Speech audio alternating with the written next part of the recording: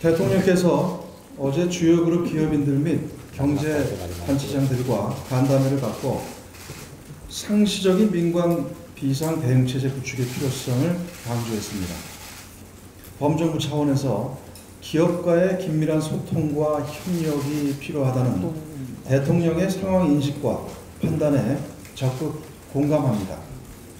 특히 단기적 차원의 대책을 넘어 특정 국가에 의존하는 산업 구조를 개선하기 위해서는 정부와 기업, 나아가 정치권까지 함께 협력해야 합니다. 우리 사회가 똘똘 뭉쳐 힘을 모은다면 일본의 부당한 도발이 우리 경제가 한 단계 더 도약하는 전화위복의 계기가 될 것입니다. 그러나 일각에서 정부의 노력을 폄훼하고 우리 정부의 책임을 떠넘기는 행태를 보이고 있어 대단히 유감스럽습니다. 특히 정경련 산하 한국경제연구원이 주관한 한 토론회에서 정치 외교 실패가 원인, 보여주기식 대응 등의 어처구니 없는 발언들이 주요하게 소개됐습니다. 참으로 개탄스러운 일입니다. 엄중한 경제 외교 현장에서 이 같은 발언들은 정부의 외교 협상력과 국익에 전혀 도움이 되지 않는 발언들입니다.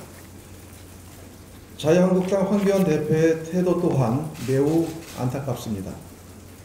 지난 8일 이해찬 대표가 제안한 대통령과 여야 5당 대표 회동과 관련해 유독 황교안 대표만 거부하고 있습니다.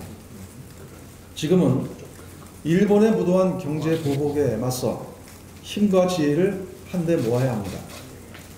국익을 수호하는 일에 여야가 따로 없습니다. 정부를 향한 무책임한 비난을 자제하고 정부의 외교 협상력 강화에 힘을 실어주어야 합니다. 대승적인 협력을 당부드립니다. 더불어민주당과 정부 역시 조속한 사태 해결을 위해 민관정 차원의 총력 대응 체제를 확고하게 구축해 나갈 것입니다. 일선의 기업에 대한 직접 지원뿐 아니라 의회 차원의 외교도 적극 추진해 미국 등 국제사회와의 공조 체제를 촘촘하게 다지도록 하겠습니다. 아울러 일본 수출 규제에 대한 긴급 지원 예산을 이번 추경에 적극 반영하도록 하겠습니다. 이와 관련해 정책 조정 회의 후 브리핑을 갖도록 하겠습니다. 광주 세계수영선수권대회가 하루 앞으로 다가왔습니다. 내일부터 17일간 열리는 이번 대회는 국제수영연맹 회원국 209개국 가운데 194개국 선수 2,635명이 참가하는 역대 최대 규모로 치러집니다. 이번 대회를 통해 대한민국은 하계 동계올림픽, 월드컵, 육상대회와 함께 세계 5대 메가스포츠 이벤트를 모두 개최한 역대 네 번째 국가가 되었습니다. 경제적 파급 효과 또한 적지 않을 것입니다. 광주 전남발전연구원 연구 결과에 따르면 이번 대회를 통해 총 2조 500억 원의 생산 부가가치 유발 효과가 예상되고 전국적으로 24,000명의 고용 창출 효과 또한 기대된다고 합니다. 당정은 광주 세계수영선수권대회가 역대 최고의 대회로 치러질 수 있도록 모든 지원을 아끼지 않을 것입니다. 특히 평화의 물결 속으로라는 슬로건처럼 이번 대회가 한반도 평화의 마중물이 될 수 있도록 북한 선수단의 참가를 적극 독려하고 있습니다. 북한이 의사를 밝히면 바로 대회에 참가할 수 있도록 만반의 준비를 갖춘 상황입니다. 남과 북이 하나가 되어 평화의 물결을 일으킬 수 있도록 북한의 대승적인 결단을 기대합니다.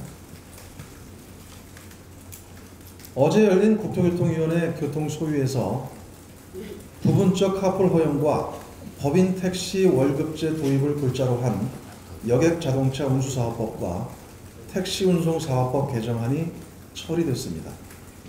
이들 법안은 지난 3월 우리 당과 전현희 의원께서 주도적으로 이끌어낸 택시 카풀업계 간 사회적 대타협의 후속 조치로 택시 카풀의 상생과 택시 산업 발전을 위해 우리 당이 당력을 집중해 왔던 대표적인 민생 법안입니다.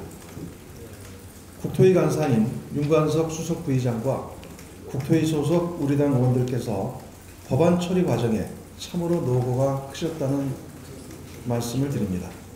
사회적 갈등을 풀고 참으로 의미 있는 성과를 도출해 낸 것입니다.